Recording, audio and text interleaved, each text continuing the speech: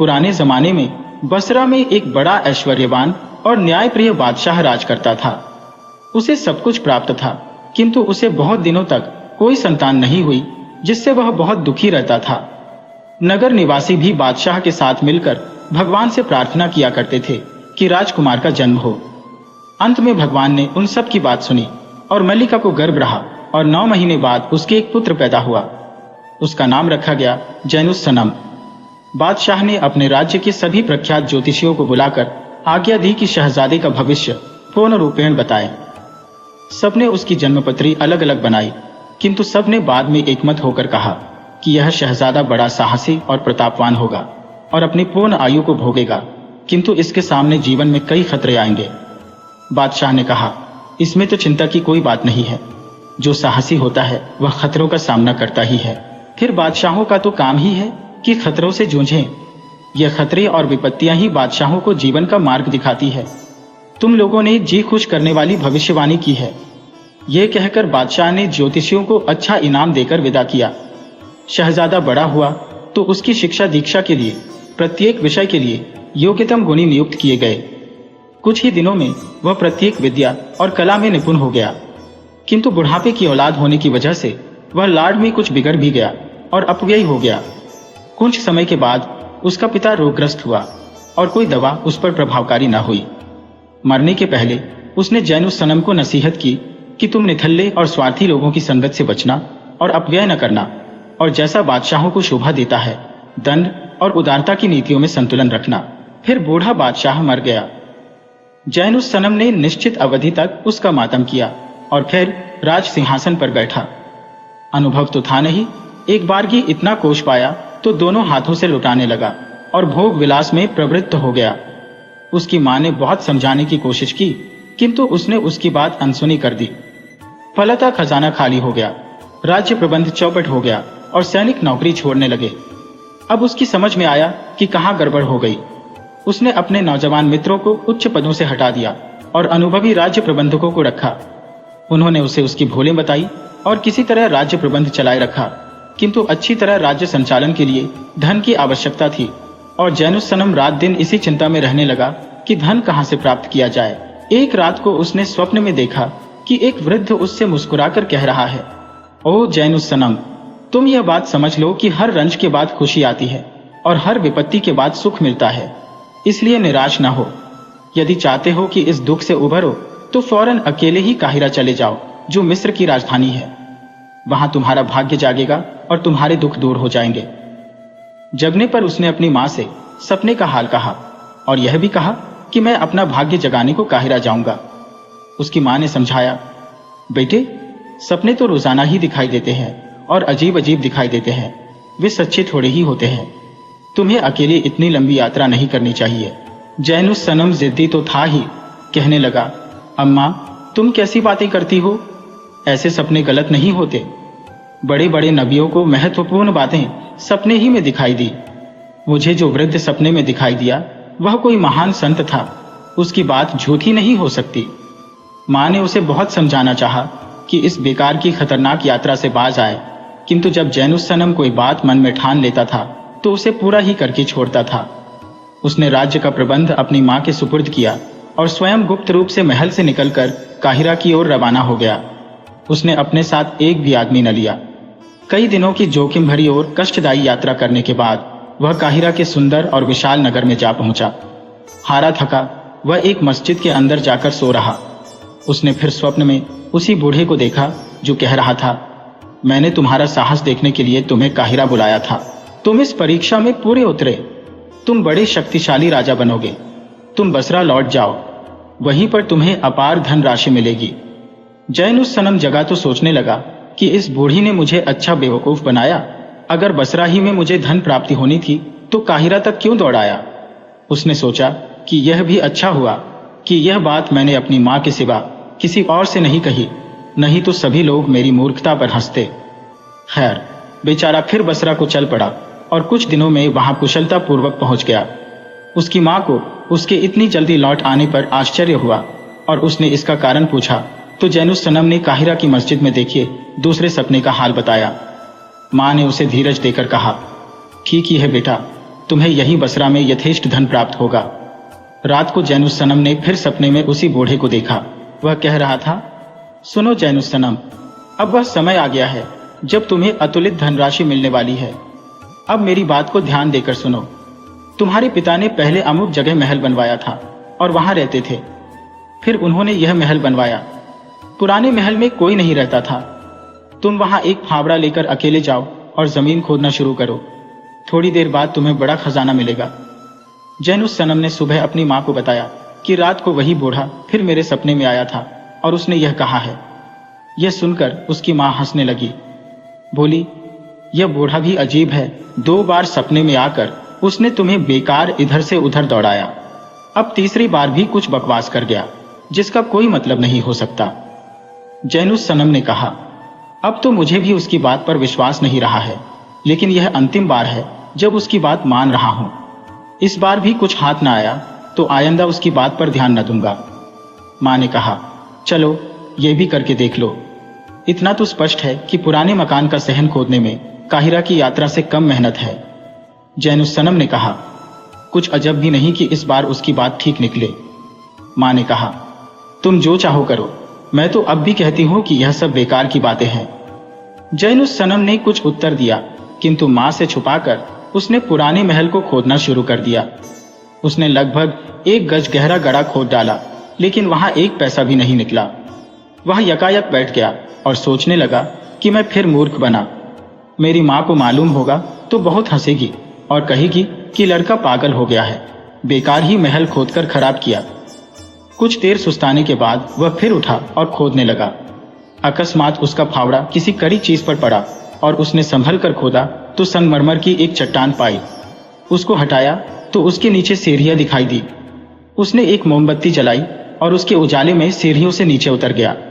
अंदर एक बड़ी दालान मिली जिसकी दीवारें चीनी मिट्टी की और छत बिल्लौर पत्थर की बनी थी और उसमें सीप की बनी हुई 4 तिपाहियां रखी थी। हर तिपाही पर 10 देंगे समाक पत्थर की बनी थी। समाक एक सफेद नरम पत्थर होता है। पहले उसने सोचा कि देगों में उम्दा शराब होगी, लेकिन उसने एक देन का ढक्कन खोला तो उसे अशर्फियों से भरा पाया। उसने और देंगे भी अशर्फियों से भरी पाई। अब उसने एक मुट्ठी अशर्फियां ली और जाकर अपनी मां को दिखाई। वह यह देखकर बड़े आश्चर्य में पड़ी। फिर बोली, बेटे, भगवान ने तुम पर कृपा की है, किंतु अब की बार इस धन को पहले की तरह ना उड़ा देना। जैनुस्सनम ने कहा, विश्वास रखो, अब मैं तुमसे पूछे बगैर कुछ भी खर्च नहीं करूंगा। फिर उसकी मां ने कहा कि मैं भी उस जगह जाकर वह धन देखना चाहती हूं। जैनुस्सनम उसे ले गया। उसने अशर्फियों से भरी 40 देंगे देखी। फिर उसकी मां ने इधर उधर नजर दौड़ाई तो एक कोने में समाक पत्थर का बना हुआ एक और पात्र दिखाई दिया। जैनुस्सनम ने उसे खोलकर देखा तो उसमें सोने की बनी एक चाबी निकली। राजमाता ने कहा, निश्चय ही यहाँ कोई और खजाना है जिसकी चाबी यहाँ रखी है। वे लोग दालान में घूमकर देखने लगे कि चाबी कहाँ लग सकती है। ढूंढते ढूंढते उन्हें दालान के एक और एक दरवाजा दिखाई दिया जिसमें ताला लगा था। उन्होंने उसमें वह चाबी लगाई तो ताला खुल गया। ताला खोलकर वे लोग अंदर गए तो एक विशाल कक्ष देखा। उसमें आदमी की कमर जितने ऊंचे 9 सोने के खंभे बने थे। 8 खंभों के ऊपर अलग अलग मनुष्यों की हीरे की बनी मूर्तियां रखी थी, जिनके कारण वह कक्ष जगमग कर रहा था।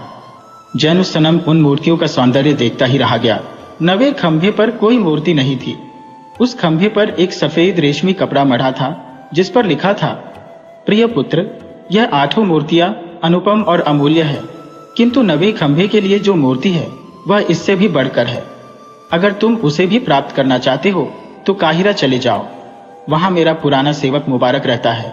वह वहां का प्रसिद्ध आदमी है और तुम्हें उसका मकान बगैर दिक्कत के मिल जाएगा। मुबारक को जब मालूम होगा कि तुम मेरे पुत्र हो तो वह उस जगह ले जाएगा जहां से नवी मूर्ति तुम्हें मिल सकती है।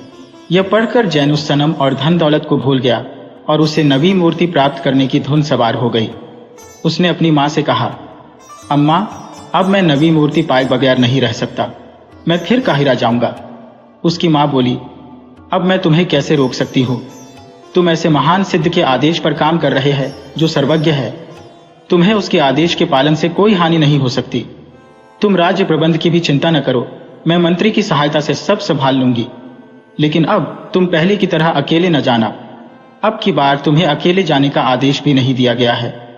चुनांचे दूसरे दिन जैनुस सनम कुछ चुने हुए सेवकों को साथ लेकर काहिरा की ओर चल दिया। कुछ दिनों बाद वह वहां कुशल पूर्वक पहुंचा। वहां जाकर लोगों से बातचीत की तो मालूम हुआ कि मुबारक सचमुच ही वहां का विख्यात नागरिक है। बादशाह को उसका घर ढूंढने में कोई कठिनाई नहीं हुई। उसका भवन विशाल था। दरवाजे पर आवाज लगाने पर एक नौकर ने द्वार खोला। जैनुस सनम ने कहा, मैं परदेशी हूं। तुम्हारे स्वामी की उदारता के बारे में बहुत कुछ सुना है। मैं चाहता हूं कि उनका मेहमान बनो। नौकर ने अंदर जाकर अपने स्वामी को यह बताया और उससे आदेश पाकर जैनुस सनम और उसके आदमियों को अंदर ले गया। जैनुस सनम ने देखा कि वह मकान अंदर से और भी शानदार था। एक सजी हुई दालान में मुबारक उसकी प्रतीक्षा कर रहा था। उसे देखकर मुबारक ने उठकर सलाम किया और पूछा कि आप कौन हैं, कहां से आए हैं? जैनुस सनम ने कहा, तुमने मुझे पहचाना नहीं? मैं बसरा के स्वर्गवासी बादशाह का पुत्र जैनुस सनम हूं। मुबारक ने कहा, मैं तो स्वर्गवासी बसरा नरेश का क्रीतदास हूं, लेकिन मैंने आपको नहीं देखा। आपकी उम्र कितनी होगी? जैनुस सनम ने कहा कि मैं 20 वर्ष का हूं। मुबारक ने कहा, ठीक है, मैं 22 वर्ष पूर्व बसरा से यहां आया था, लेकिन फिर भी मैं आश्वस्त हो जाना चाहता हूं कि आप उसी बादशाह के पुत्र हैं। क्या आप कोई बात ऐसी बता सकते हैं जिससे इस विषय में मेरी तसल्ली हो जाए? जैनुस सनम ने कहा, कुछ दिन पहले एक स्वप्न देखकर मैंने अपने पिता के पुराने महल में खुदाई की थी। मुझे उसमें अशर्फियों से भरी हुई 40 देंगे मिली। मुबारक ने पूछा कि आपने इन देंगों के अलावा और कुछ देखा? जैनुस सनम ने कहा, एक सोने की चाबी से मैंने एक दरवाजा खोला तो उस कक्ष में मैंने 8 स्वर्ण स्तंभों पर रखी हुई मानवाकार हीरे की मूर्तियों को देखा। नवा खंभा भी सोने का था, किंतु उस पर कोई मूर्ति नहीं थी। उस पर एक सफेद रेशमी कपड़ा मढ़ा था, जिस पर मेरे पिता की हस्तलिपि में लिखा था कि नवी मूर्ति सबसे अच्छी है और अगर तुम उसे पाना चाहो तो काहिरा में मुबारक के पास जाओ। मुबारक यह सुनकर उसके पांव पर गिरकर बोला, निस्संदेह आप मेरे स्वामी हैं। मैं आपको इच्छित स्थान पर अवश्य ले जाऊंगा, किंतु अभी आप थके हैं, 2-4 दिन आराम करें। मैंने काहिरा के प्रमुख व्यक्तियों को भोज दिया है, आप भी वहीं चलें। जैनुस सनम ने सहर्ष यह स्वीकार कर लिया। मुबारक उसे भोज स्थान पर ले गया और स्वयं सेवकों की भांति बादशाह जैनुस सनम के पास खड़ा रहा। वहां उपस्थित लोग ताज्जुब से देखने और एक दूसरे से पूछने लगे कि यह कौन है जिसकी मुबारक दासों की भांति सेवा कर रहा है। जब सब मेहमान खाना खत्म कर चुके तो मुबारक ने उनसे कहा, आप लोग आश्चर्य में होंगे कि मैं इस नवयुवक की इतनी सेवा क्यों कर रहा हूं। आश्चर्य की कोई बात नहीं है। यह बसरा के बादशाह है। मैं इनके पिता का गुलाम था। वे मुझे मुक्त करने से पहले मर गए, अतएव अब मैं इनका गुलाम हूं। यह अपने पिता की एकमात्र उत्तराधिकारी है। इस पर जैनुस सनम ने कहा, मैं इस उपस्थित समूह के समक्ष घोषणा करता हूं कि मैंने इन्हें अपनी दासता से मुक्त किया। सिर्फ एक बात जो अभी मैंने इनसे कही है, इन्हें करनी पड़ेगी। यह सुनकर मुबारक ने सिर झुकाकर शाहजादे का आभार प्रकट किया। इसके बाद मदिरा का दौर चला। शाम तक सब लोग शराब पीते रहे। फिर मुबारक ने फल आदि देकर सबको विदा किया। जैनुस सनम ने रात भर आराम किया और दूसरे दिन कहा, भाई अब मेरी यात्रा की थकन दूर हो गई है। मैं यहाँ घूमने नहीं बल्कि नवी मूर्ति लेने आया हूँ। अब यह आवश्यक है कि उस काम के लिए चला जाए। मुबारक ने कहा, अच्छी बात है, किंतु आपको एक बात जाननी जरूरी है। मार्ग में बहुत सी भयोत्पादक बातें होंगी। यह आवश्यक है कि आप किसी बात से भय न खाएं और किसी बात पर ध्यान न दें। नवयुवक बादशाह ने कहा, आप इत्मीनान रखिए, मैं किसी भूत प्रेत से न डरूंगा और जैसा आप कहेंगे वैसा ही करूंगा। वैसे भी मैं बादशाह हूं, मुझे किसी बात से डरना नहीं चाहिए। मुबारक यह सुनकर आश्वस्त हुआ। उसने अपने नौकरों को यात्रा की तैयारी का आदेश दिया। दूसरे दिन वे दोनों घर से चले। मार्ग के दर्शनीय स्थल देखते हुए वे लोग कई दिनों बाद एक बहुत संकरे रास्ते से चलने लगे। मुबारक ने घोड़े और साथ के नौकर वहीं छोड़ दिए और आदेश दिया कि हम लोगों के लौटने तक तुम लोग यही हमारी प्रतीक्षा करना। अब वह जैनुस सनम को लेकर पैदल चला। एक बार फिर उसने कहा, अब भयानक स्थान शुरू होता है। आप किसी अजीब से अजीब बात को देखकर भी डरिएगा नहीं। फिर वह उसे लेकर एक नदी के तट पर आकर बैठ गया और बोला, इस नदी को पार करके हमें अपने उद्देश्य की प्राप्ति होगी। जैनुस सनम ने कहा, इतनी बड़ी नदी हम कैसे पार करेंगे? यहाँ तो कोई नाव भी नहीं है। मुबारक ने कहा, यहाँ अभी जिनों के बादशाह की भेजी हुई जादू की नाव आएगी। आपको मैं फिर चेतावनी देता हूँ कि उसका मांझी कैसा भी अजीब दिखे, आप एक शब्द भी न निकालें और न भयभीत हो। आप आश्चर्यवश होकर उससे कुछ पूछताछ भी न करें। नाव पर चढ़ने के बाद एक शब्द भी आपके मुख से निकला कि तुरंत यह नाव अथाह जल में डूब जाएगी। जैनुस सनम ने कहा, मैं बिल्कुल चुप रहूंगा, और भी जो बातें जरूरी हो वह आप मुझे बता दें ताकि मैं उनका ध्यान रखूं।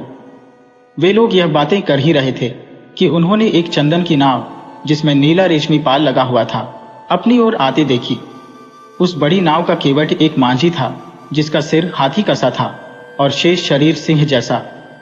नाव किनारे पर आई तो उसने एक एक करके दोनों को अपनी सूंड से उठाकर नाव में बैठा दिया और पलक झपकते ही पार ले जाकर उसी प्रकार उन्हें दूसरे तट पर उतार दिया। फिर वह नाव अदृश्य हो गई। मुबारक बोला, अब हम लोग जिन्हों के देश में हैं। यहाँ की सुंदरता स्वर्गोपम है।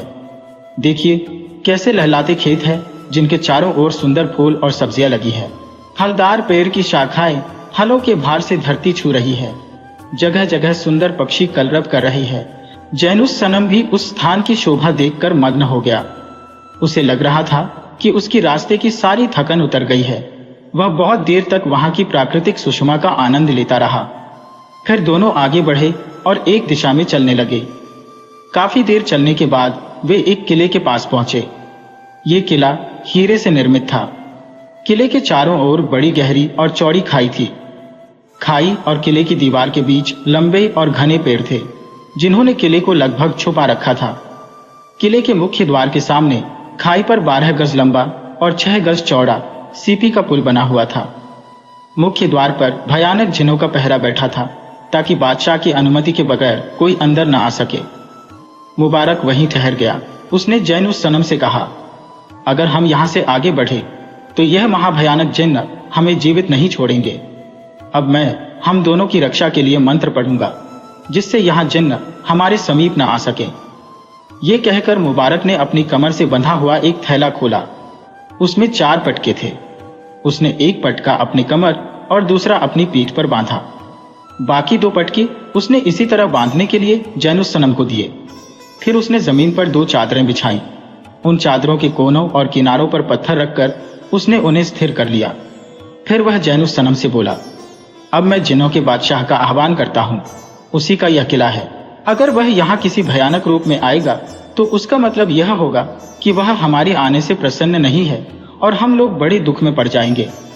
किंतु अगर वह मानवीय रूप में आया तो आपकी कामना पूर्ण हो जाएगी। आप इस बात का ध्यान रखिए कि वह चाहे जो रूप भी धरकर आए उसे झुककर सलाम करें, किंतु किसी भी दशा में उस चादर या उन पटकों को अपने शरीर से अलग न होने दें। ये शरीर से अलग हुए कि आपका शरीरांत हो जाएगा। जिन्हों के बादशाह के आगमन पर आप यह कहें कि मेरे पिता का जो आपका सेवक था अब देहांत हो चुका है, और जो कृपा आप मेरे पिता पर किया करते थे वह मुझ पर भी करें। जब वह पूछे कि मैं तुम पर कौन सी कृपा करूं, तो आप कहें कि मुझे अपने महल के तहखाने के लिए नवी मूर्ति भी दे दीजिए। इस प्रकार मुबारक ने जैनुस सनम को सारी बातें दोबारा समझाई और फिर मंत्र पढ़ने लगा। कुछ ही देर में बड़े जोर से बादल गरजने लगा और ऐसा भयंकर शब्द हुआ कि जान पड़ता था कि जमीन फट जाएगी। जैनुस सनम यह कांड देखकर बहुत डरा। उसने बाहरी तौर पर तो शांति रखी, किंतु उसका दिल जोरों से धड़कने लगा। मुबारक ने उसकी यह दशा देखी तो बोला, अब आपको घबराने की जरूरत नहीं। जितनी भयानकता होनी थी हो ली। अब यह अंधेरा भी छोड़ जाएगा और उजाला हो जाएगा। ऐसा ही हुआ। कुछ ही क्षणों में बादल, बिजली सब गायब हो गए और प्रकाश फैल गया। उसके बाद जिन्हों का बादशाह एक सुंदर मनुष्य के रूप में प्रकट हुआ। मुबारक के समझाने के अनुसार जैनुस सनम ने खड़े होकर झुककर जिन्हों के बादशाह को सलाम किया। जिन्हों का बादशाह मुस्कुराता हुआ उसके समीप आया और बोला, मेरे बेटे, तुम्हारा स्वर्गीय पिता मेरा बड़ा घनिष्ठ मित्र था। मुझे उससे बड़ा स्नेह था। जब भी वह मेरे पास आता मैं उसे हीरे की एक सुंदर मूर्ति भेंट में देता। वह उसे अपने साथ ले जाता। इस प्रकार मैंने उसे 8 मूर्तियां दी।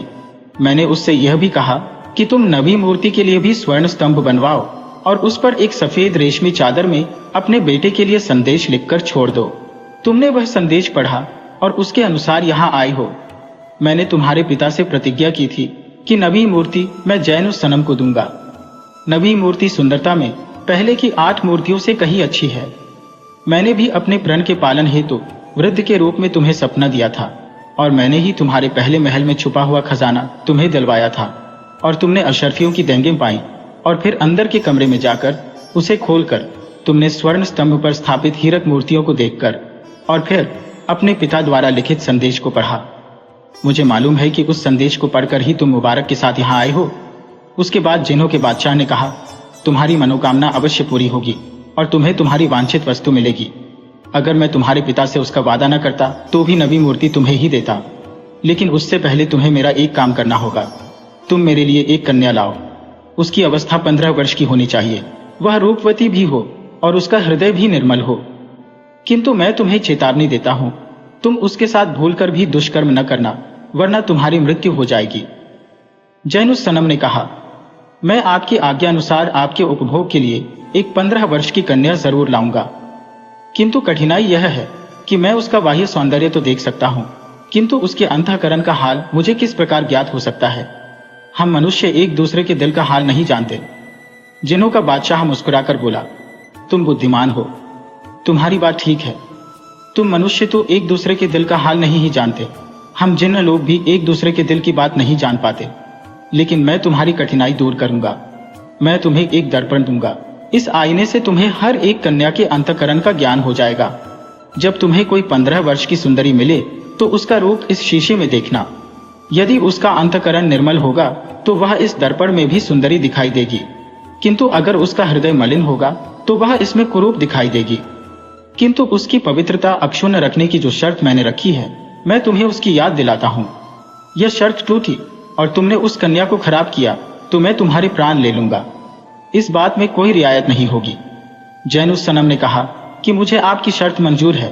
मैं कन्या को आपके पास पवित्र स्थिति में लाऊंगा। जिन्हों के बादशाह ने वह जादुई शीशा उसे देकर कहा, बेटे अब जाओ, यही शीशा तुम्हारे भाग्य को चमकाएगा। जैनुस सनम और मुबारक दोनों ने जिन्हों के बादशाह को प्रणाम किया और वह गायब हो गया। यह दोनों फिर नदी के तट पर आए, जहां उस विचित्र मांझी ने उन्हें क्षण भर ही में दूसरे तट पर पहुंचा दिया। फिर वे उस जगह पर गए जहां उनके सेवक उनकी प्रतीक्षा में थे। वहां जाकर वे अपने घोड़ों पर सवार हुए और काहिरा पहुंच गए। काहिरा में जैनुस सनम ने कुछ दिनों तक आराम किया। तत्पश्चात मुबारक से कहा कि अब मैं जिन्हों के बादशाह के लिए कन्या ढूंढे जाता हूं। मुबारक ने कहा, इसके लिए बाहर जाना बेकार है। काहिरा में जितनी सुंदर कन्याएं हैं उतनी संसार में कहीं नहीं। जैनुस सनम ने कहा, आपकी बात ठीक है, किंतु काहिरा की सुंदरियां मिले कैसे? मुबारक ने कहा, आप इसकी चिंता न करें। यहाँ एक बुढ़िया रहती है, वह सारे नगर की कन्याओं की खबर रखती है। मैं उसे बुलाकर यह काम उसके सुपुर्द करता हूँ। मुझे आशा है कि वह बगैर किसी कठिनाई के आपकी वांछित कन्या ले आएगी। यह कहकर मुबारक ने उस बुढ़िया को बुलाया। वह महाधूर्त थी और कुटनीपन के काम में अति निपुण थी। उसने 2-4 दिन ही में 20-15 वर्ष की सुंदरियां लाकर खड़ी कर दी। उन सब के चेहरे तो सौंदर्य में सूरज चांद को शर्माते थे, किंतु जब जैनुस सनम ने उनका रूप जादू के दर्पण में देखा तो हर एक को कुरूप पाया। एक भी लड़की ऐसी नहीं मिली जो उस दर्पण में सुंदर दिखाई देती। अब तो मजबूरी में दूसरी जगह तलाश करना ही था। जैनुस सनम और मुबारक दोनों बगदाद आए और एक बड़ा सा मकान लेकर रहने लगे। वे बड़ी उदारता बरतते और रोजाना सैकड़ों आदमी उनके घर खाना खाते। उस मोहल्ले में मुराद नामक एक ईर्ष्यालु व्यक्ति रहता था, जो प्रत्येक धनवान से जलता था, क्योंकि वह स्वयं निर्धन था। वह जैनुस सनम की उदारता का यश सुन सुनकर कुढ़ता रहता था। एक दिन शाम की नमाज के बाद मस्जिद में बैठकर मुराद ने मोहल्ले वालों से कहा, भाइयों, सुना है हमारी गली में एक आदमी रहने लगा है जो बेतहाशा धन लुटाता है। शहर में शायद ही कोई ऐसा आदमी हो जिसकी उसने सहायता न की हो। मुझे तो ऐसा मालूम होता है कि कोई चोर डाकू है, वरना उसके पास इतना धन कहां से आया। हम लोगों को सावधान रहना चाहिए। खलीफा को मालूम हुआ कि हमारी गली में कोई अपराधी रहता है तो हम सब भी जाएंगे। लोगों ने कहा, तुम ठीक कहते हो, हमें इस आदमी की शिकायत कोतवाल से कर देनी चाहिए। तुम खुद ही यह काम क्यों नहीं कर देते? मुराद बोला, अच्छी बात है, कल मैं ही कोतवाल से उसकी शिकायत करूंगा। मुराद को पता नहीं था, किंतु उन आदमियों के बीच मुबारक भी बैठा सारी बातें सुन रहा था। दूसरे दिन सुबह मुबारक एक थैली में 5 अशर्फिया और कुछ रेशमी थान लेकर मुराद के घर गया। मुराद ने उसे देखकर कटु स्वर में पूछा, तुम कौन हो और यहाँ किस लिए आए हो? मुबारक ने अत्यंत विनम्रता से कहा कि हम 2 परदेशी हैं जो आपके पड़ोस में रहने लगे। फिर उसने अशर्फियों की थैली और रेशमी थान उसे देकर कहा, मेरे मालिक शहजादी ने आपकी सच्चरित्रता की ख्याति सुनकर मुझे आपके पास भेजा है और कहलवाया है कि यह तुच्छ भेंट स्वीकार करें, मुझे अपना सेवक समझे और अवसर मिले तो दर्शन दें। यह सुनकर मुराद बिल्कुल पिघल गया। उसने कहा, हाँ, शहजादे से कहिए कि मैं इस बात पर बड़ा लज्जित हूँ कि अभी तक आपकी भेंट को ना आ सका। कल जरूर आऊंगा। फिर नमाज के बाद मस्जिद में उसने मोहल्ले वालों से कहा, उस उदार व्यक्ति के बारे में मुझे भ्रम था, अब मुझे मालूम हुआ है कि वह चोर डाकू नहीं बल्कि किसी देश का राजकुमार है। अब उसकी शिकायत कोतवाल से करने का कोई मतलब नहीं है। अन्य लोगों ने भी मुराद से सहमति प्रकट की। दूसरे दिन मुराद अच्छे कपड़े पहनकर जैनुस सनम के पास गया। जैनुस सनम ने उसकी बहुत खातिर तवाज़ो की। मुराद ने पूछा, आप इस नगर में किस उद्देश्य से आए हैं? जैनुस सनम ने कहा, मैं एक 15 वर्ष की अत्यंत रूपवती कन्या चाहता हूं, जिसका मन भी उतना ही निर्मल हो जितना उसका मुख। मुराद ने कहा, ऐसी कन्या का मिलना कठिन है, किंतु मेरी जानकारी में एक ऐसी लड़की है। उसका पिता एक भूतपूर्व राज्य मंत्री है। उसने अपनी बेटी की संपूर्ण शिक्षा दीक्षा खुद की है। वह कन्या अनिंद्य सुंदरी भी है। चाहेंगे तो उसका पिता उसका हाथ से हर्ष आपके हाथ में दे देगा। जैनुस सनम ने कहा, लेकिन मैं उसे पहले खुद देखूंगा। मुझे शरीर के सौंदर्य के साथ मन का सौंदर्य भी चाहिए। मुराद बोला, मुख दिखाने की बात मैं तय कर दूंगा, किंतु आप उसके स्वभाव को कैसे जानेंगे? स्वभाव तो बहुत दिन साथ रहने पर ही जाना जाता है। जैनुस सनम ने कहा, मैं किसी का मुख देखकर ही उसके मन की बात जान लेता हूं। मुराद ने कहा कि मैं आज ही जाकर उस लड़की के पिता से बात करता हूं। दूसरे दिन मुराद के साथ जाकर जैनुस सनम कन्या के पिता से मिला। भूतपूर्व मंत्री ने जैनुस सनम के परिवार आदि के बारे में पूछताछ कर अपनी पुत्री के विवाह की सहमति प्रकट की और पुत्री को बुलाकर कहा, बेटी, 2 क्षणों के लिए इन्हें अपना चेहरा दिखा दो। लड़की ने चेहरे से नकाब उठाया तो जैनुस सनम उसका रूप देखकर चकाचौंध हो गया और सोचने लगा कि यह तो मेरी ही हो, कर रहे तो अच्छा हो। फिर उसने जादुई शीशे में उसका चेहरा देखा। दर्पण में भी वह पूर्ण सुंदरी दिखाई दी, यानी जैनुस सनम को ऐसी ही लड़की मिल गई जैसी ढूंढने वह निकला था। दोनों का विवाह तय हो गया। 2-4 दिनों में भूतपूर्व मंत्री ने काजी और गवाहों को बुलाकर निकाह पढ़वा दिया। जैनुस सनम ने लाखों के जेवर चढ़ावे में दिए और भूतपूर्व मंत्री ने भी भारी दहेज देकर कन्या को विदा कर दिया। जैनुस सनम ने भी इस विवाह के उपलक्ष्य में बगदाद के प्रमुख व्यक्तियों को भोज दिया। फिर मुबारक ने उससे कहा कि अब हमें यहाँ रहने की आवश्यकता नहीं है, वापस काहिरा चलना चाहिए। जैनुस सनम ने कहा, भाई, अब मेरा काहिरा जाने को जी नहीं चाहता। वहां जाकर अपनी पत्नी को मुझे जिन्हों की बादशाह को दे देना पड़ेगा। मैं चाहता हूं कि उसे लेकर अपने देश चला जाऊं और उसके साथ आराम से रहूं। मुबारक ने कहा, ऐसी बात मन में भी न लाइए। याद रखिए कि जिन्हों के बादशाह से जो प्रतिज्ञा आपने की है उसे भंग किया तो वह आपको जीवित नहीं छोड़ेगा। आप अपनी पत्नी से संभोग करने के पहले ही काल की ग्रास बन जाएंगे। अब आपके लिए यही उचित है कि अपने चित्त को दृढ़ करें और अपनी इच्छाओं पर संयम रखकर इस कन्या को जिन्हों के बादशाह को सौंप दें। उसके प्रसन्न रहने ही में आपकी हर तरह भलाई है। जैनुस सनम ने कुछ देर विचार करके कहा, आपकी बात बिल्कुल ठीक है। मैंने तय किया है कि इस कन्या के साथ शारीरिक संपर्क नहीं करूंगा, किंतु संभव है कि बाद में मेरा चित्त डामाडोल हो जाए। इसलिए आप इस कन्या को अपने जिम्मे रखिए और रास्ते भर मुझे उसका मुंह न देखने दें। इसके बाद मुबारक ने यात्रा की तैयारी पूरी की और सारे साज सामान के साथ काहिरा होते हुए जिन्हों के देश की ओर यह सब लोग चले। सुंदरी ने जब यह देखा कि मेरा पति मेरे सामने नहीं आता तो उसने एक दिन मुबारक से इस बारे में प्रश्न किया। मुबारक ने कहा, सुंदरी, तू अपने पति को कभी नहीं देख सकेगी। उसने तुझसे विवाह अपनी पत्नी बनाने के लिए नहीं बल्कि जिन्हों के बादशाह को देने के लिए किया था। वह तो तुम्हें बहुत चाहता है, किंतु अगर उसने तुम्हें जिन्हों के बादशाह को न दिया तो उसके हाथ से मारा जाएगा। वह यह सुनकर रोने लगी और बोली, तुम लोग कयामत में खुदा को क्या मुंह दिखाओगे? तुम विवाह का ढोंग रचाकर मुझे जिन्हों के हाथों से मरवाने के लिए लाए हो। वे दोनों भी दुखी हुए, किंतु कर ही क्या सकते थे। जैनुस सनम ने कन्या को जिन्हों के बादशाह को भेंट किया तो वह उसे देखकर बड़ा खुश हुआ और बोला, मैं तुमसे बहुत खुश हूँ। कि तुम मेरे लिए ऐसी अच्छी कन्या लाए। अब तुम तुरंत अपने देश जाओ, वहां तुम्हें तहखाने में नवे खंभे पर वांछित हीरक मूर्ति मिलेगी। जैनुस सनम उससे विदा होकर मुबारक के साथ काहिरा गया। फिर कुछ दिन वहां रहकर बसरा की ओर रवाना हुआ।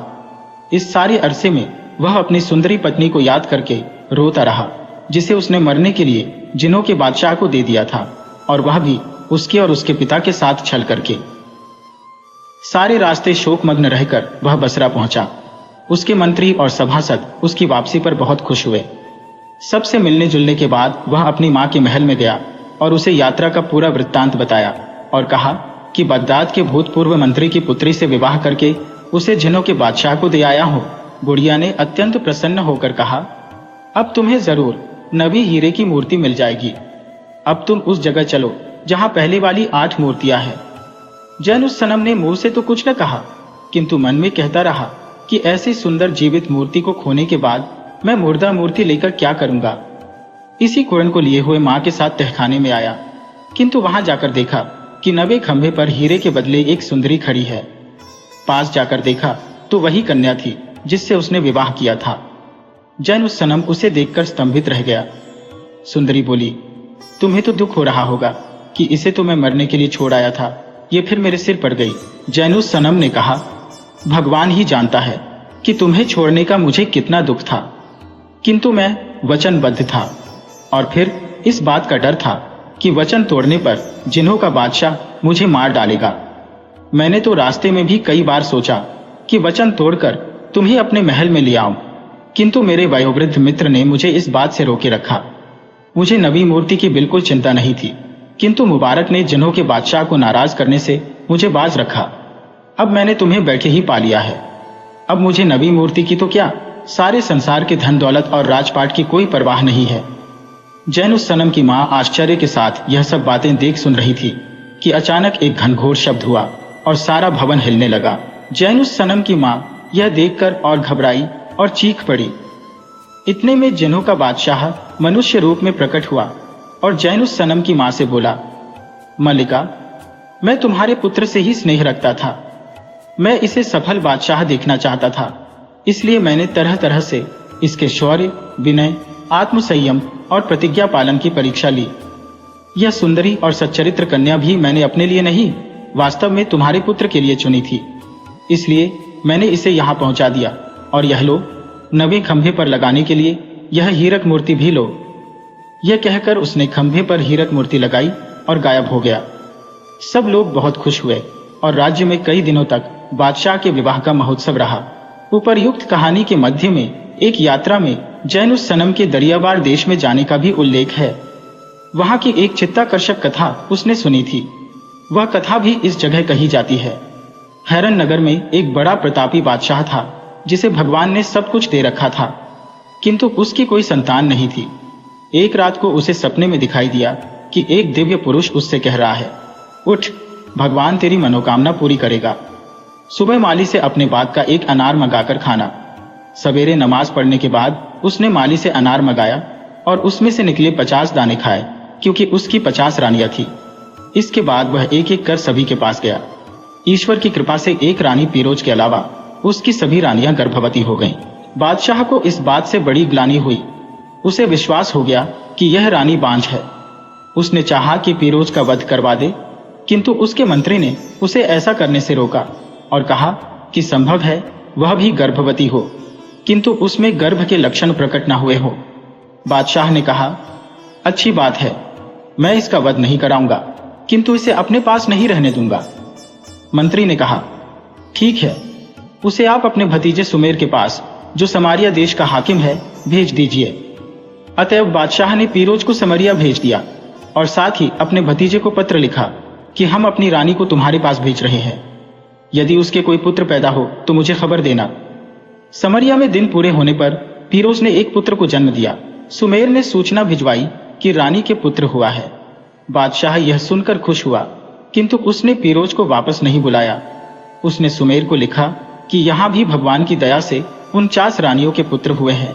तुम पीरोज के पुत्र का नाम खुदादाद रखो, उसकी पैदाइश की सारी रस्में करो और उसकी अच्छी शिक्षा का प्रबंध करो। हम यहाँ से उसका सारा खर्चा भेजेंगे। सुमेर नवजात शिशु का पितृवत पालन करने लगा। जब खुदादाद बड़ा हुआ तो उसे बाण विद्या, घुड़सवारी और तत्कालीन सारी विद्याओं, कलाओं की शिक्षा प्रवीण शिक्षकों से दिलाई गई और वह सारी विद्याओं में पारंगत हो गया। 18वां वर्ष लगते उसका रूप और शरीर ऐसा निखरा कि वह संसार का सबसे रूपवान पुरुष लगने लगा। उसमें जवानी का जोश उभरा तो उसने अपनी मां से कहा, अगर तुम अनुमति दो तो मैं समरिया से निकलकर अपने बल की परीक्षा लूं। मेरे पिता हैरन नरेश के बहुत से शत्रु हो गए हैं। चारों ओर के बादशाह भी हैरन पर आक्रमण करना चाहते हैं।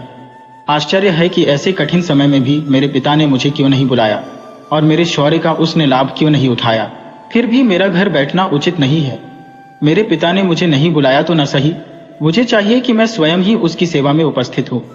माँ ने उससे कहा, यह तो ठीक है कि देश को शत्रुओं का भय हो तो तुम्हें घर पर नहीं बैठना चाहिए, किंतु तुम अभी प्रतीक्षा करो, शायद वह तुम्हें बुला भेजे। बगैर बुलाए तुम्हारा जाना ठीक नहीं है। खुदादाद ने कहा, जब राज्य पर ऐसा संकट पड़ा हो तो बुलावे की प्रतीक्षा करना बेकार बात है। मुझे इस समय इतनी बेचैनी हो रही है कि यदि मैं तुरंत अपने पिता की सेवा में उपस्थित नहीं होता तो शायद जीवित ही न रह सकूंगा। मैं वहां अपनी वास्तविकता प्रकट ही नहीं करूंगा। मैं अपने को परिदर्शी बताऊंगा और उसकी सेवा करूंगा। मैं तभी यह बात बताऊंगा कि मैं उसका पुत्र हूं जब वह मेरे शौर्य से प्रभावित हो जाएगा। फिर तो नाराजगी की बात न रहेगी। किंतु उसकी मां ने उसे जाने की अनुमति नहीं दी। इस पर वह कुछ दिनों बाद एक सफेद घोड़े पर सवार होकर शिकार के बहाने निकला और अपने साथ कुछ विश्वस्त साथी भी ले लिए। कुछ ही दिनों में वे सब हैरन पहुंच गए। खुदादाद ने बादशाह के दरबार में प्रवेश पा लिया और जाकर उसे फर्शी सलाम किया। बादशाह ने उसका वैभव और व्यवहार देखकर उसे कृपापूर्वक अपने पास बुलाया और उसका परिचय पूछा। खुदादाद ने कहा, मैं काहिरा नगर का निवासी हूँ और एक अमीर का बेटा हूँ। मैं संसार भ्रमण के लिए अपने देश से निकला हूँ। मैंने सुना है आपको शत्रुओं ने परेशान कर रखा है। अनुमति हो तो आपके लिए रणक्षेत्र में पदार्पण करूं। बादशाह इस बात से बड़ा खुश हुआ और उसे अपनी निजी सेना का मुख्य अधिकारी बना दिया। खुदादाद ने कुछ ही दिनों में उस सेना को सज्जित और शिक्षित कर दिया और उसके नायकों को भी पारितोषिक और सम्मान देकर प्रसन्न कर दिया। मंत्रीगण भी उसके व्यवहार से मुग्ध हो गए। दरबार में उसका सम्मान सारे शहजादों और सरदारों से अधिक होने लगा। उस पर बादशाह की कृपा अधिकाधिक हो गई। उसने सेना का विस्तार और सुप्रबंध किया। यह देखकर राज्य के शत्रुगण भी बगैर लड़े अपने देशों को खिसक गए। बादशाह ने अपने बेटों के प्रशिक्षण का भार भी खुदादाद पर डाल दिया। यद्यपि वह अपने भाइयों में सबसे छोटा था, तथापि सबका अधिष्ठाता हो गया। इस बात से शहजादे उससे और भी जलने लगे। वे आपस में कहने लगे कि हमारे बूढ़े पिता को जाने क्या हो गया है कि इस परदेशी को इतना चाहने लगा है कि हम सब पर उसका आदेश चलवा दिया है। उन्होंने एक मत से कहा कि यह स्थिति असह्य है। वे सलाह करने लगे कि इस परदेशी का क्या किया जाए। एक ने राय दी कि इसे अकेला पाकर मार डालेंगे। एक अन्य शहजादे ने कहा कि यह ठीक नहीं है, यह बात छुपी न रहेगी और बादशाह हमें कठोरतम दंड देगा। अंत में एक शहजादे की बात सबको पसंद आई। उसकी राय थी कि हम लोग इससे शिकार खेलने की अनुमति लें और इस बहाने निकलकर किसी दूर देश को चले जाए। इससे हमारे पिता को चिंता होगी और वह खुद ही इसे मरवा डालेगा। इस उपाय पर सारे शहजादे एकमत हो गए और इस योजना को पूरा करने की तैयारी करके लगे। फिर एक दिन उन्होंने खुदादाद से कहा कि हम कल शिकार के लिए जाना चाहते हैं, शाम तक वापस आ जाएंगे। खुदादाद ने अनुमति दे दी। वे लोग तो फिर लौटे ही नहीं। तीसरे दिन बादशाह ने खुदादाद से पूछा कि शहजादे दिखाई नहीं देते, वे कहाँ चले गए। खुदादाद ने कहा, सरकार, यह सेवक स्वयं इस चिंता में है। वे मुझसे शिकार की अनुमति लेकर गए थे। आज तीसरा दिन है, उनका पता नहीं है। बादशाह को भी चिंता हुई। वह रोज खुदादाद से उनका हाल पूछता और वही उत्तर पाता। अंत में एक दिन उसने क्रोध में आकर खुदादाद से कहा, परदेशी, तूने इतना साहस कैसे किया कि शहजादों को शिकार पर भेज दिया और खुद उनके साथ नहीं गया। अब खैरियत इसी में है कि तू खुद उनकी खोज में जा और जहां भी मिले उन्हें लेकर आ। तू उन्हें न लाया तो तेरा सिर उतरवा दूंगा। खुदादाद बादशाह के क्रोध से डर गया और कुछ धन लेकर घोड़े पर सवार होकर चला गया। वह नगर नगर और गांव-गांव उन्हें तलाश करता रहा, किंतु वे कहीं नहीं मिले। वह अक्सर विलाप किया करता और कहता, मेरे भाइयों, तुम लोग कहाँ हो? तुम किसी दुश्मन के हाथ में तो नहीं पड़ गए? जब तक तुम नहीं मिलते मैं हैरन वापस नहीं जा सकता और तुम्हारा कहीं पता नहीं है। अब उसने बस्तियों को छोड़कर जंगलों में उन्हें ढूंढना शुरू किया। इसी खोज में वह एक गहन वन में जा पहुंचा। उसमें काले पत्थर का एक विशाल भवन बना हुआ था। वह जाकर उस महल के नीचे खड़ा हो गया और ऊपर देखने लगा। काफी ऊंचे पर एक खिड़की खुली और एक अत्यंत सुंदर स्त्री, जिसके बाल बिखरे और वस्त्र मैले और फटे थे, धीरे धीरे कुछ कहने लगी। खुदादाद ने कान लगाकर सुना। वह कह रही थी, ओ मुसाफिर, यहां से फौरन भाग जा, नहीं तो इस भवन का स्वामी तेरी दुर्दशा कर डालेगा। वह महाविकराल नरभक्षी हबशी है। उसके पंजे में फंसा हुआ आदमी बचता नहीं। वह परदेशियों को पकड़ लाता है, उन्हें एक अंधेरे तहखाने में बंद कर देता है, फिर उन्हें एक एक करके भून कर खाता है। खुदादाद ने पूछा, तुम कौन हो? स्त्री बोली, मैं काहिरा की रहने वाली हूं। बगदाद जा रही थी, इस वन से निकल रही थी कि यही हबशी आ गया। इसने मेरे सेवकों को मार डाला और मुझे इस जगह बंद कर दिया। वह मुझसे भोग करना चाहता है, किंतु मैं बचती रही हूं। आज मैंने उसकी बात नहीं मानी तो वह मुझे मार डालेगा। मैं उसका साथ करने से मर जाना पसंद करती हो, किंतु तुम क्यों जान देना चाहते हो? तुम भाग जाओ। वह भटके हुए मुसाफिरों को ढूंढने गया है ताकि अपनी खाद्य सामग्री बढ़ाए। वह आता ही होगा। उसकी दृष्टि तीक्ष्ण है, वह बहुत दूर से देख लेता है। तुम चले जाओ। सुंदरी खुदादाद से यह सब कह ही रही थी कि वह राक्षस जैसा मनुष्य आ पहुंचा। वह पर्वताकार लगता था और बहुत ऊंचे तुर्की घोड़े पर बैठा था। उसकी तलवार इतनी भारी थी कि उसके अलावा किसी और से उठ ही नहीं सकती थी और उसकी गदा कई मन की थी। खुदादाद उसे देखकर डर गया और ईश्वर से प्रार्थना करने लगा कि इस राक्षस से बचा। हबशी ने उसे तलवार निकाले देखा, किंतु उसे तुच्छ जानकर अपने हथियार न संभाले, बल्कि चाहता था कि वैसे ही उसे हाथों से पकड़ ले। यह देखकर खुदादाद ने घोड़ा बढ़ाया और उसके घुटने पर एक तलवार की चोट की। घाव खाकर हबशी ने घोर गर्जन किया और अपनी भारी तलवार निकालकर खुदादाद पर चलाई। खुदादाद पैतरा बदलकर बच गया, वरना वहीं खीरे की तरह कट जाता। अब खुदादाद ने अपनी गदा इस कौशल और ऐसी कोण से चलाई कि हबशी का हाथ ही कटकर गिर गया और वह घोड़े से नीचे आ रहा। खुदादाद झपट कर पहुंचा और अपनी तलवार से हबशी का सिर उसके शरीर से अलग कर दिया। वह सुंदरी खिड़की से यह युद्ध देख रही थी और भगवान से प्रार्थना कर रही थी कि खुदादाद को विजयी बनाए। हबशी की मृत्यु देखकर खुशी से फूली न समाई और पुकार कर कहने लगी, भगवान की बड़ी दया हुई। अब तुम इसकी कमर से चाबियों का गुच्छा लो और ताला खोलकर मेरे पास आओ। वह विशाल हबशी किले की सारी कुंजियां अपने पास ही रखा करता था। खुदादाद उसके पास आया। वह सुंदरी उसके पैरों पर गिरने को उद्यत हुई, किंतु खुदादाद ने उसे बीच ही में उठा लिया। सुंदरी उसकी प्रशंसा करने लगी और बोली कि मैंने तुम्हारे जैसा वीर पुरुष और कोई नहीं देखा। खुदादाद ने उसे अभी तक दूर से देखा था, पास से देखा तो पहले की अपेक्षा वह कहीं अधिक सुंदर दिखाई दी। वे दोनों बैठकर बातें करने लगे। वे दोनों बातें कर ही रहे थे कि एक ओर से चिल्लाने का शब्द सुनाई दिया। खुदादाद ने पूछा, ये आवाज कहां से आ रही है और उसका क्या मतलब है? सुंदरी ने कमरे के एक ओर बने हुए दरवाजे की ओर उंगली उठाई, यानी इशारे से बताया कि आवाज इस दरवाजे के पीछे से आ रही है, और पूछने पर वह बोली, यहाँ एक बड़ा सा कमरा है। उस हबशी ने यहाँ बहुत से मनुष्य कैद कर रखे हैं।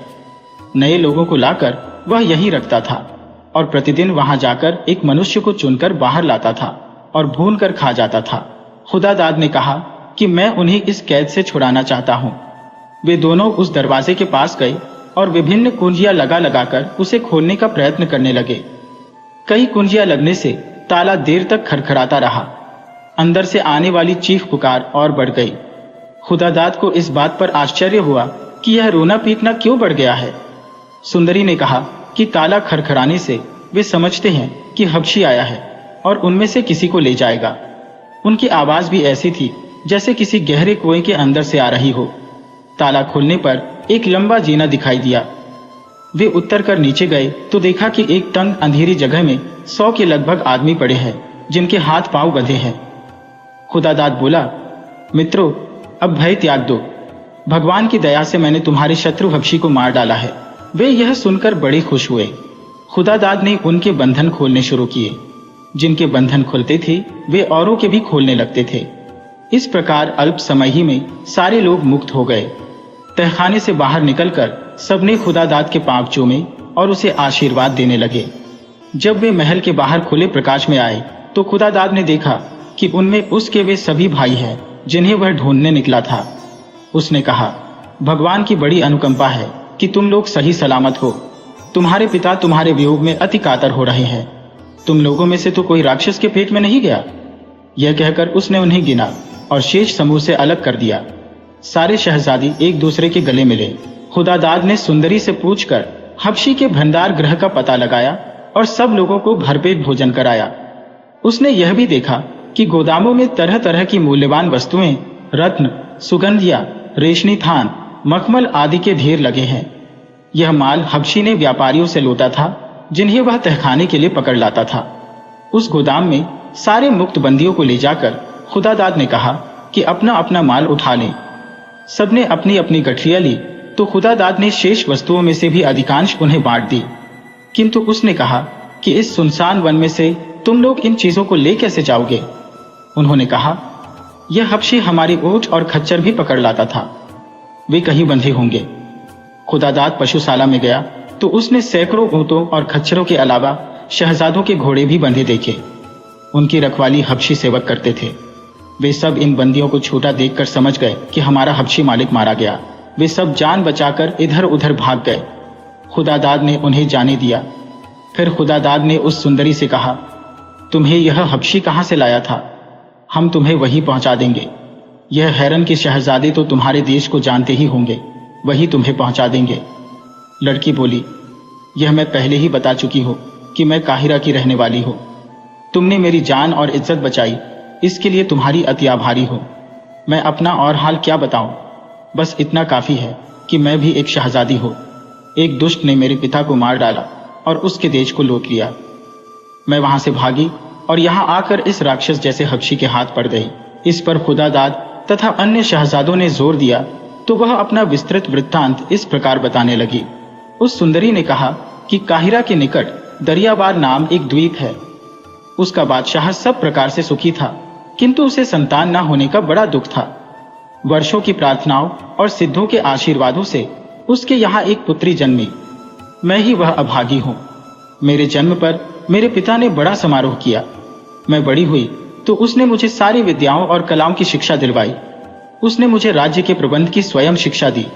उसका विचार यह था कि उसकी मृत्यु के बाद मैं ही राज्य की अधिष्ठात्री बनूं। एक दिन मेरा पिता शिकार खेलने गया। उसने एक हिरन के पीछे घोड़ा डाल दिया और अपने साथियों से बिछुड़ गया। शाम हो गई किंतु हिरन हाथ न आया। मेरा पिता एक पेड़ के नीचे जा बैठा और सोचने लगा कि राजधानी को किस प्रकार वापस हुआ जाए। रात होने पर उसने देखा कि गहन वन के बीच एक जगह से प्रकाश आ रहा है। वह उधर चला। उसे आशा थी कि यह प्रकाश किसी गांव से आ रहा होगा, किंतु काफी दूर चलने के बाद उसने देखा कि प्रकाश एक विशाल भवन से आ रहा है। वह उस ओर बढ़ा तो देखा कि घर में एक लंबा चौड़ा हबशी बैठा मांस खा रहा है और हाड़ियां उठाकर उनसे शराब पी रहा है। उसने यह भी देखा कि पास ही में एक अति सुंदर स्त्री बैठी है जिसके हाथ बंधे हैं और उसके पास ही 2-3 वर्ष का एक लड़का बैठा है।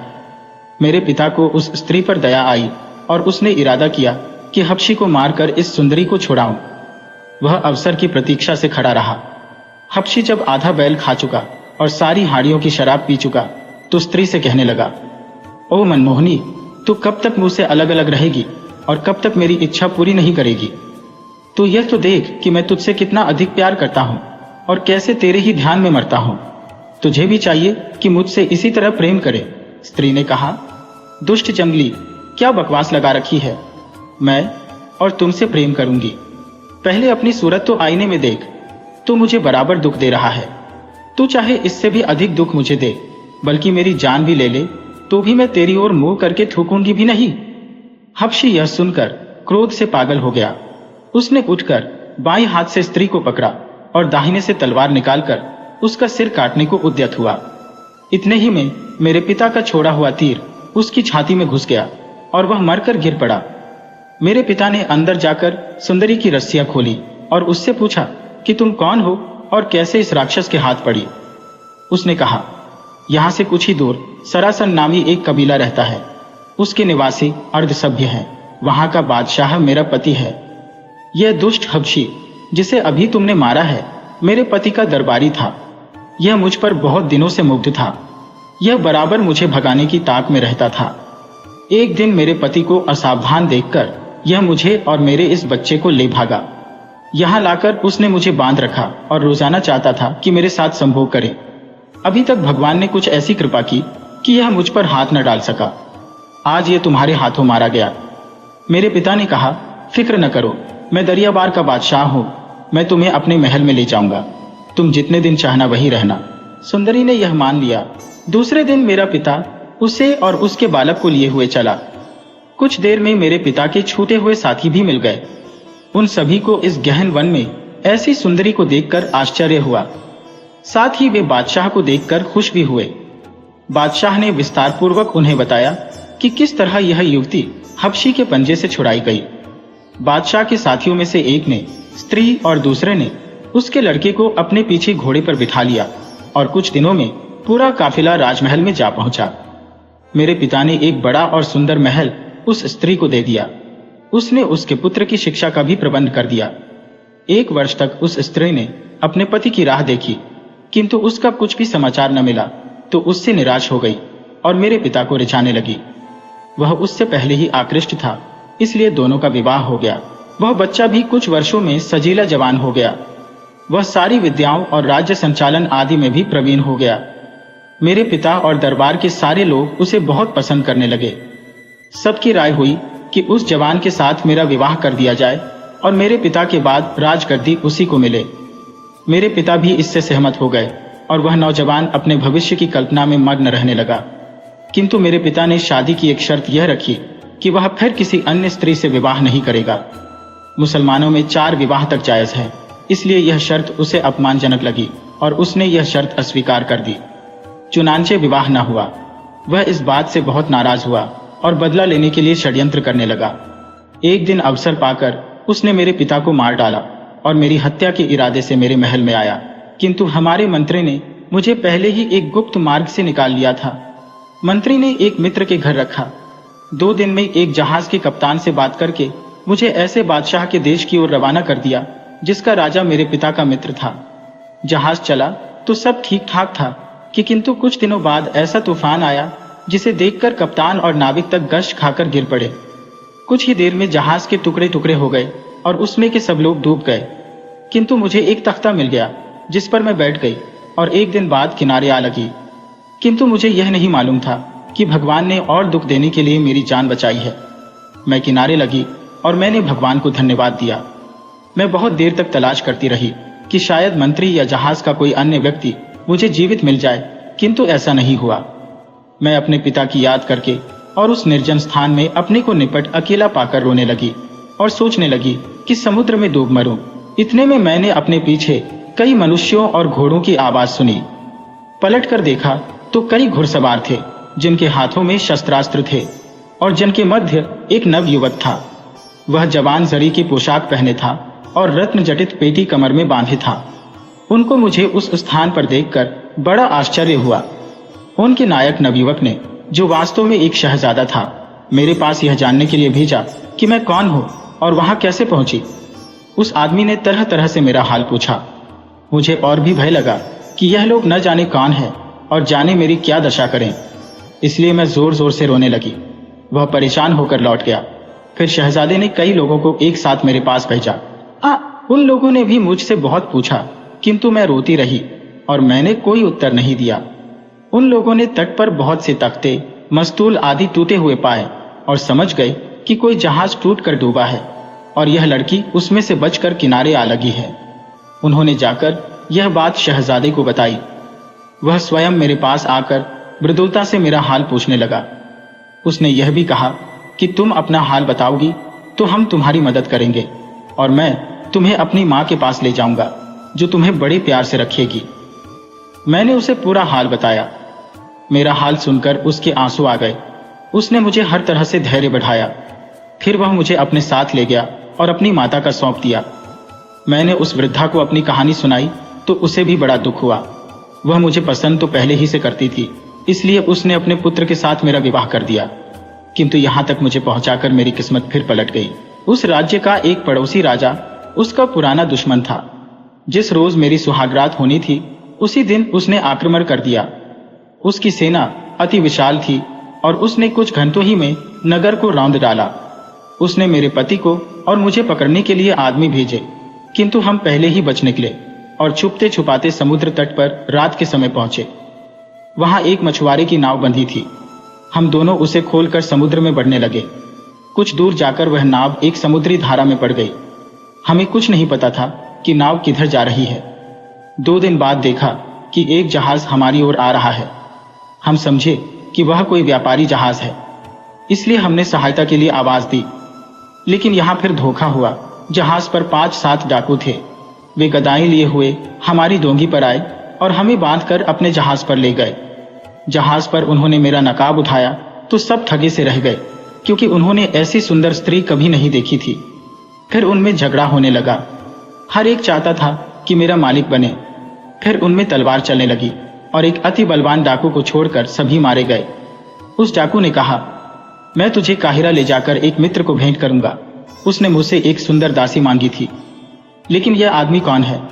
तेरा भाईबंद है या प्रेमी? मैंने बताया कि यह मेरा पति है।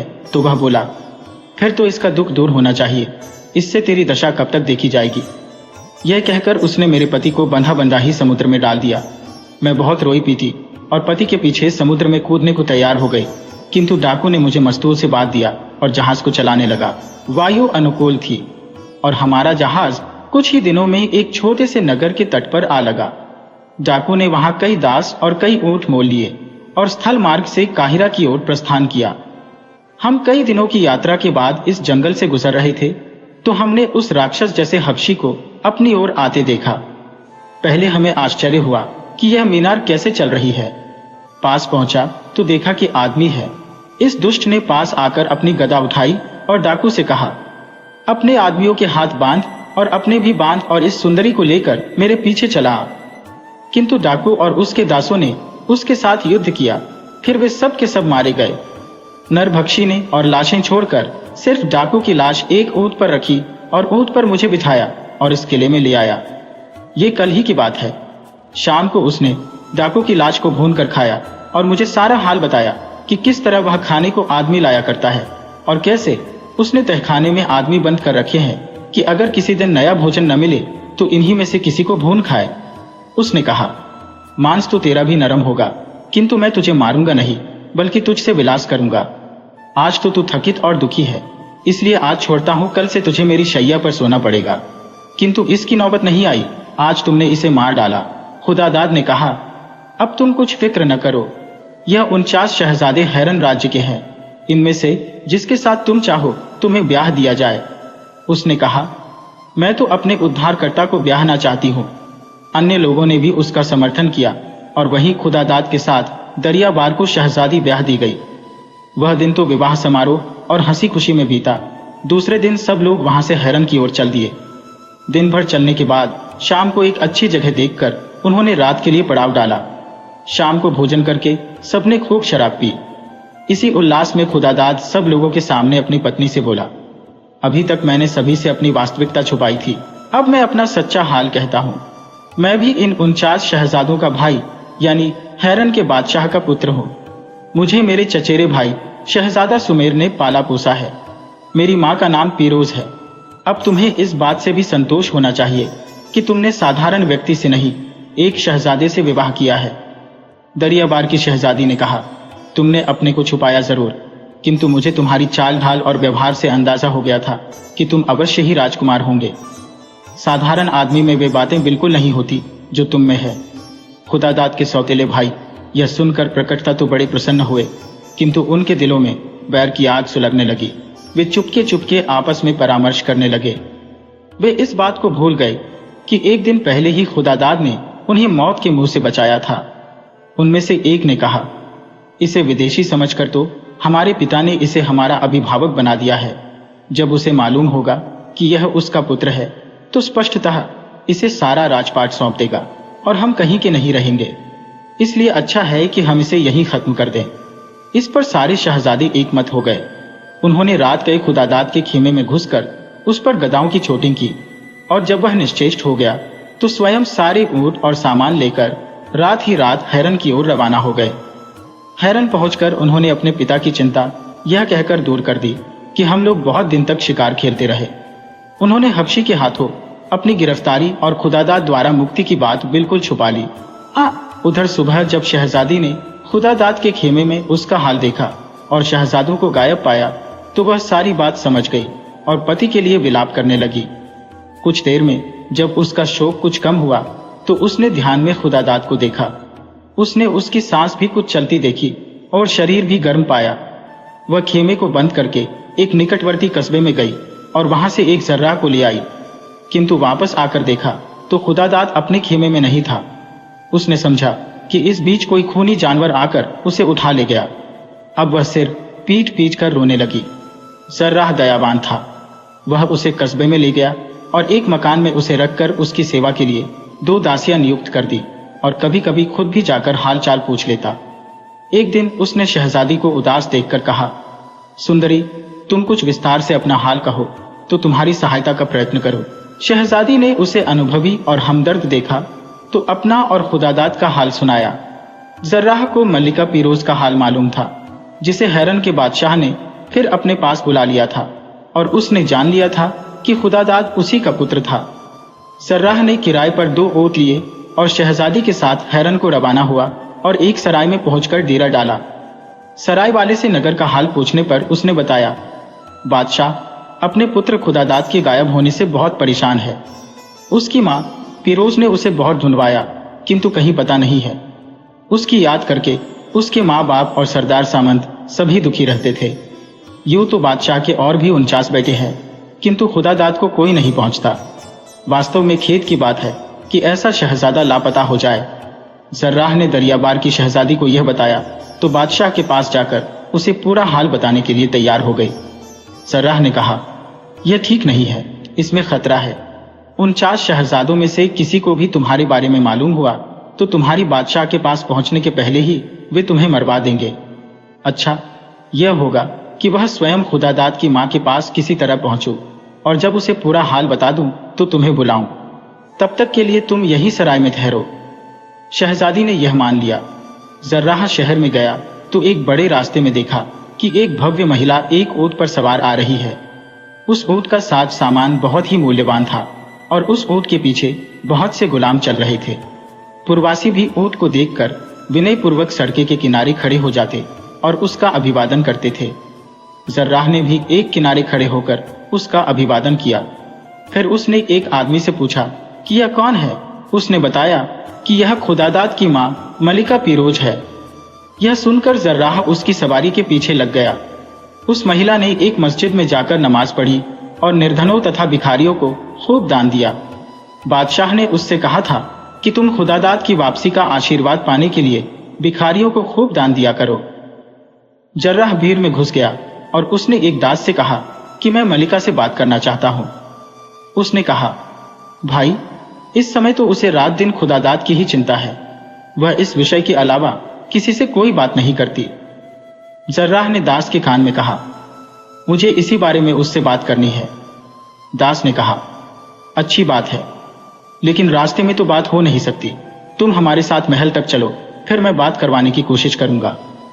महल पहुंचकर दास ने मल्लिका पीरोज से कहा कि एक परदेशी आपसे बात करना चाहता है और कहता है कि आप ही के लाभ की बात है। मल्लिका ने जर्राह को अपने सामने बुलाया और कृपा पूर्वक पूछा कि क्या बात है। जर्राह ने धरती चूमकर कहा कि मैं एक लंबी कहानी कहना चाहता हूं। ये कहकर उसने हबशी से शहजादों और दरियाबार की शहजादी की रिहाई और फिर उसके घायल और लापता होने का हाल कहा। पीरोज यह सुनकर बेहोश हो गई। दासिया गुलाब और केवड़े का पानी छिड़क कर उसे होश में लाई। फिर उसने जर्राह से कहा कि तुम सराय जाकर बहू शहजादी को मेरा और बादशाह का आशीर्वाद दो।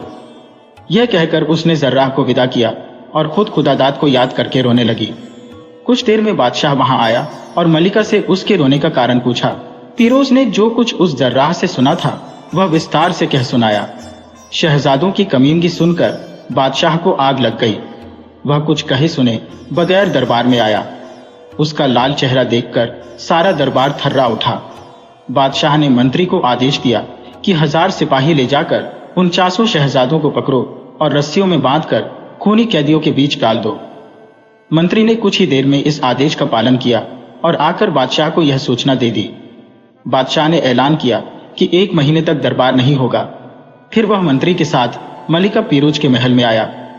कुछ देर के सलाह मशविरे के बाद उसने मंत्री को आदेश दिया कि अमुक सराय में जाकर दरियाबार की शहजादी और जर्राह को आदरपूर्वक यहाँ ले आओ।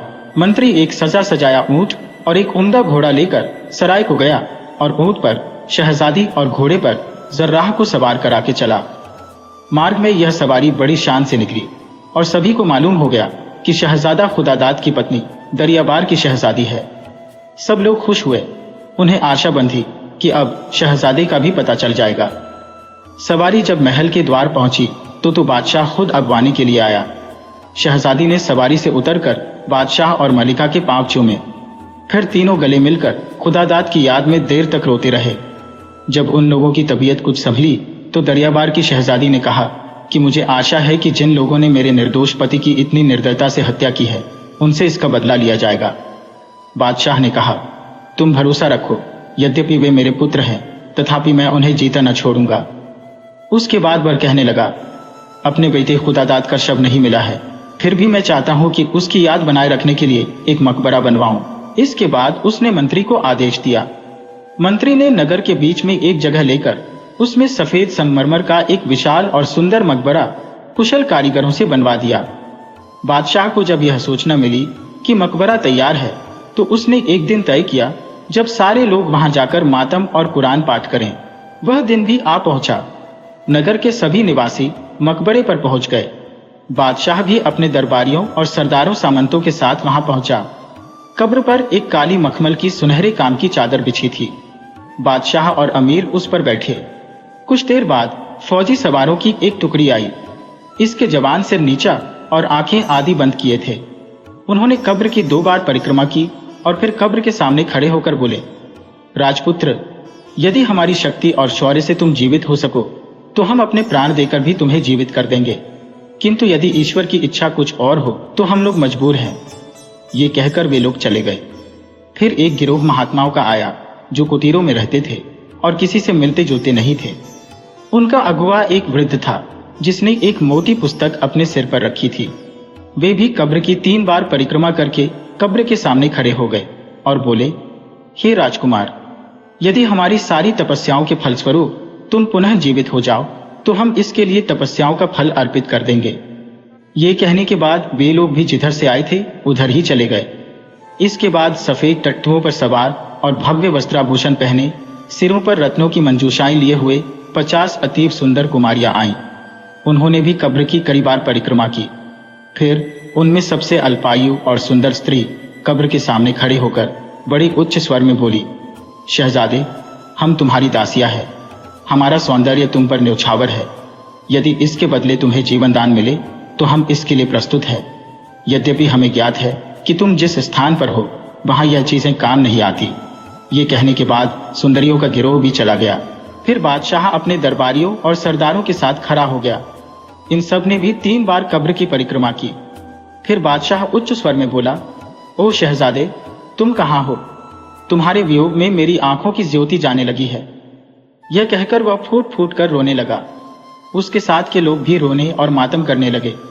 कुछ देर बाद सब लोग अपने अपने स्थानों को लौट गए और मकबरे का दरवाजा बंद कर दिया गया। बादशाह ने नियम बना दिया कि सप्ताह में एक दिन शहजादे के मकबरे पर इसी तरह का मातम हुआ करे। फिर बादशाह ने आज्ञा दी कि उसके 49 दुष्ट पुत्रों को निर्दोष खुदादाद की हत्या के अपराध में मृत्युदंड दिया जाए। सारे नगर में यह समाचार फैल गया। उनके लिए फांसी की टिकटियां तैयार की जाने लगी। लेकिन इस बीच एक व्यवधान उपस्थित हो गया। बादशाह द्वारा पहले पराजित हुआ एक शत्रु राज्य पर एक बड़ी सेना लेकर चढ़ दौड़ा। बादशाह ने खेदपूर्वक कहा कि आज खुदा बख्शे। साथ ही उसने पराजय की स्थिति में भाग जाने की तैयारी भी कर रखी थी। युद्ध अभी शुरू भी नहीं हुआ था कि एक ओर से सवारों की एक बड़ी टुकड़ी आई। पहले किसी को मालूम न था कि वे मित्र हैं या शत्रु, किंतु उन्होंने आकर शत्रु पर हमला किया और उसे मार भगाया। हैरन का बादशाह बड़े आश्चर्य में पड़ा कि यह दैवी सहायता कहां से आ गई। उसने भगवान को धन्यवाद दिया और अपने भृत्यों से कहा कि सहायक सेना में जाकर पूछो कि उसका सरदार कौन है और कहां से आया है। भृत्यों ने जाकर उसके सिपाहियों से पूछा तो उन्होंने कहा कि हमारा सरदार खुद ही बादशाह से मिलने जाएगा। शत्रुओं का संपूर्ण रूप से सफाया करने के बाद जब बादशाह की खुशी का ठिकाना न रहा तो वह इतना अभिभूत हुआ कि कुछ बोल भी न सका। खुदादाद ने कहा, पिताजी, मैं आपका पुत्र खुदादाद ही हूं, जिसे आप सब लोग मरा हुआ समझते थे। ईश्वर ने मुझे शायद इसीलिए जीवित रखा कि मैं आज के कठिन समय पर आपके काम आऊं। बादशाह ने कहा, बेटे, मुझे तो विजय से अधिक तेरे मिलने की प्रसन्नता है। मैं तो यह आशा ही छोड़ बैठा था कि कभी तेरा मुंह देख सकूंगा। इसके बाद पिता पुत्र दोनों अपनी सवारियों से उतरे और एक दूसरे से लिपट गए। बादशाह ने कहा, मुझे तुम्हारी वीरता की गाथा पहले ही मालूम हो चुकी है कि किस तरह तुमने हबशी दानव को मारकर अपने भाइयों को छुड़ाया, किंतु उन्होंने तुमसे दगा किया। अब तुम अपनी मां के पास चलो, क्योंकि वह तुम्हारे वियोग से सूख कर कांटा हो गई है। रास्ते में खुदादाद ने पूछा, मेरा हाल आपको मेरे भाइयों ने बताया? बादशाह ने कहा, वे दुष्ट क्या बताते, वे तो बंदी गृह में मौत की घड़ियां गिन रहे हैं। मुझे यह सब तुम्हारी पत्नी यानी दरियाबार की शहजादी ने बताया। उसी ने मुझसे मांग की कि तुम्हारे भाइयों से तुम्हारी मौत का बदला लो। खुदादाद यह सुनकर बहुत प्रसन्न हुआ कि उसकी पत्नी भी सही सलामत यहीं पर मौजूद है। खुदादाद महल में पहुंचा तो उसकी मां और उसकी पत्नी ने उसे गले लगाकर बहुत देर तक रोती रही। प्रजाजनों को मालूम हुआ कि खुदादाद जीवित है और अंत के युद्ध का विजेता है, तो सारे नगर में उत्सव होने लगे और जगह जगह पर नाच गाना और खेल तमाशे होने लगे। बादशाह के पूछने पर खुदादाद ने अपना हाल यह बताया, जब मेरे भाइयों ने मुझे मरा जानकर रात में प्रस्थान किया तो सुबह वहां से एक किसान निकला। उसने मुझे अचेत और रक्त रंजित देखा तो अपने गांव में उठा लाया। उसने मेरे घावों पर जड़ी बूटियां पीस कर लगाई और मुझे अच्छा कर दिया। स्वस्थ होकर मैं सोच रहा था कि मैं यहाँ आऊं।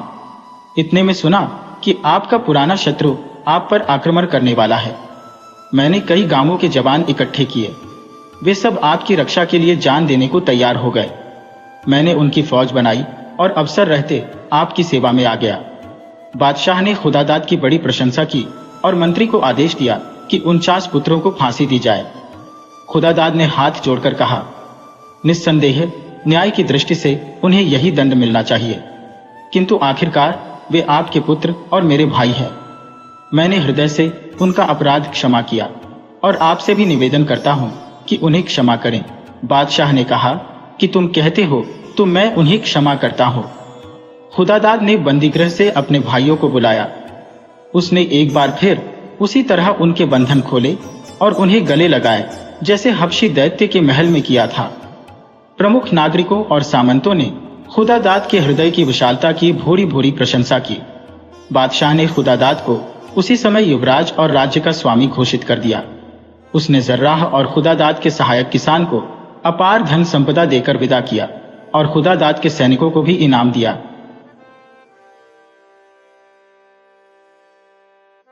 वीडियो अच्छी लगी हो तो इसे लाइक करें और ऐसी ही मजेदार कहानियों के लिए चैनल को सब्सक्राइब करें और बेल आइकन दबाएं। ज़्यादा से ज़्यादा अपने दोस्तों को शेयर करें। धन्यवाद।